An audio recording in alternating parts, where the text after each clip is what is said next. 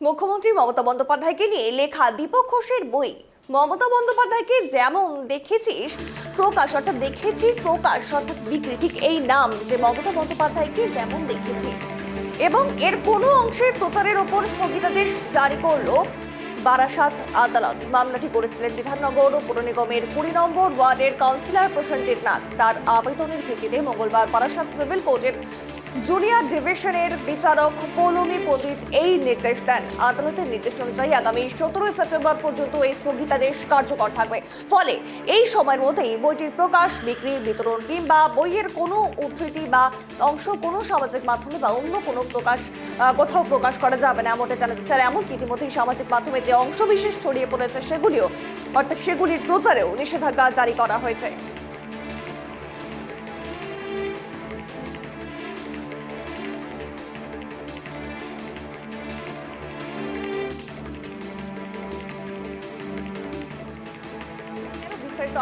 Telephone লাইনে রয়েছে প্রতিনিধি রিমিক। যেমনটা জানা যাচ্ছিল যে মমতা বন্দ্যোপাধ্যায়কে তাকে নিয়ে লেখা বই, এটার আপাতত স্থগিতাদেশ দেওয়া হলো। সেই বইয়ের প্রচারের নিয়ে ঠিক কেন এই ঘটনা ঘটলো, ঠিক কি ঘটেছিল?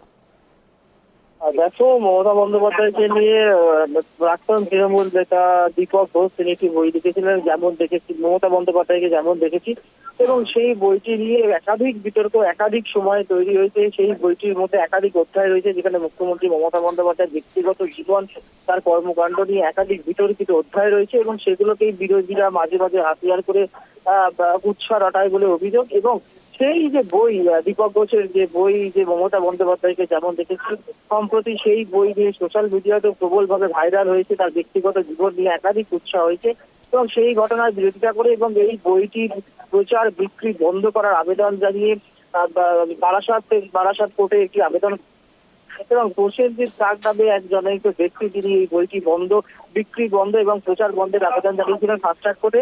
এবং তারপরেই বারাসাত ফাস্ট ট্র্যাক কোর্টের বিচারপতি পৌলমী পণ্ডিত তিনি যেটা নির্দেশ দিয়েছেন যে আগামী 17 সেপ্টেম্বর পর্যন্ত এই দীপক ঘোষের লেখা যে বই মমতা বন্দ্যোপাধ্যায়কে যেমন দেখেছি সেই বইটি কোনো রকম ভাবে বিক্রি করা যাবে না, এই বইটি কোনোভাবে প্রকাশ্যে কোনো কোট করা যাবে না এবং সমাজ মাধ্যমে এই বইয়ের যে বিভিন্ন অংশ ছড়িয়ে পড়েছে সেগুলোকে নিষিদ্ধ করতে হবে, সেগুলো বন্ধ করতে হবে। কোনো রকম এই বইয়ের কোনো বিষয়কে প্রচার করা যাবে না এবং পরিষ্কার নির্দেশ দিয়েছেন বিচারপতি ফাস্ট ট্র্যাক কোর্টে বারাসাতের পৌলমী পণ্ডিত।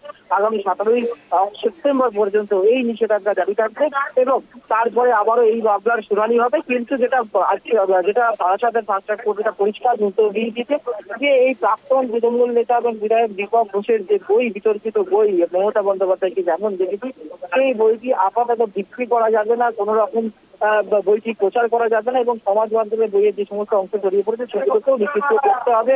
এই নির্দেশ কিন্তু বারাসাত ফাস্ট ট্র্যাক কোর্ট দিয়েছে এবং এই নিষেধাজ্ঞা বলবৎ থাকবে আগামী 17 সেপ্টেম্বর পর্যন্ত। অভিনন্দন। বেশ, ধন্যবাদ রিমিক।